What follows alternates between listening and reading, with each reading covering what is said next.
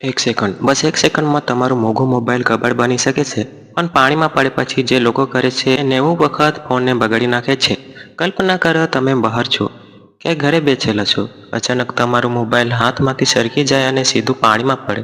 હાથ પગ ઠંડા પડી જાય, દિલના ધબકારા વધી જાય અને આપણે તરત ફોન ઉપાડીને ઓન કરીને ચેક કરીએ છીએ કે ચાલે છે કે નહીં. પણ રોકો, આ જ સૌથી મોટી ભૂલ છે જે લોકો કરે છે. જો તમારો ફોન પાણીમાં પડે તો સૌથી પહેલા શું કરવું? જો ફોન ચાલુ હોય તો તરત જ બંધ કરી દો, કારણ કે પાણી અંદર જતું રહ્યું હશે. અને જો તમે એને ચાલુ રાખશો તો અંદર કરંટ ફ્લો થઈને શોર્ટ સર્કિટ થઈ શકે છે અને ફોન પરમનન્ટલી ડેમેજ થઈ શકે છે. હવે તરત સિમ કાર્ડ અને મેમરી કાર્ડ બહાર કાઢી લો. આથી ઓછામાં ઓછું તમારું ઇમ્પોર્ટન્ટ ડાટા તો સેફ રહી શકશે. ઘણા લોકો આ સ્ટેપ ઇગ્નોર કરે છે અને પછી રિગ્રેટ કરે છે. ફોનને નરમ સૂકા કપડાથી સાફ કરો, ખાસ કરીને ચાર્જિંગ પોર્ટ, સ્પીકર અને કેમેરા એરિયા જ્યાં પાણી રહેવાની શક્યતા વધારે હોય છે. ફોનને સીધો સનલાઇટમાં ન મૂકો. ઘણા લોકો સૂરજમાં મૂકે છે પણ એ પણ ખોટું છે. બેસ્ટ છે કે નોર્મલ ટેમ્પરેચર પર અને ડ્રાય અને એર જગ્યાએ મૂકો. આ સૌથી ઇમ્પોર્ટન્ટ વાત છે. ભીનું ફોન ક્યારે પણ ચાર્જિંગ પર ન લગાવશો.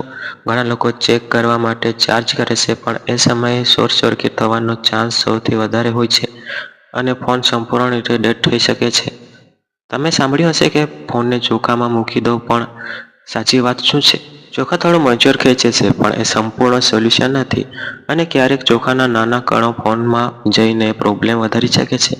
ફોનને 24 થી 48 કલાક સુધી બિલકુલ ન વાપરવું, કારણ કે અંદરનું પાણી નેચરલી ડ્રાય થઈ જાય.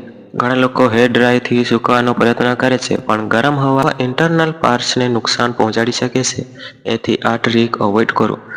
જો 2 દિવસ પછી પણ ફોન પરમનન્ટલી ઓન ન થાય તો ઘરે એક્સપેરિમેન્ટ ના કરો. સીધા સર્વિસ સેન્ટર જાઓ. પ્રોફેશનલ ક્લિનિંગ અને રિપેર કરવાનું બેસ્ટ ઓપ્શન છે. યાદ રાખજો, ફોન પાણીમાં પડે ત્યારે પેનિક નહીં, પ્રોપર સ્ટેપ્સ લેશો તો તમારો હજારોનો ફોન બચી શકશે. અને હા, આ વિડીયો તમારા મિત્ર સાથે શેર કરજો, કારણ કે કદાચ તેમનો ફોન પણ બચી શકે.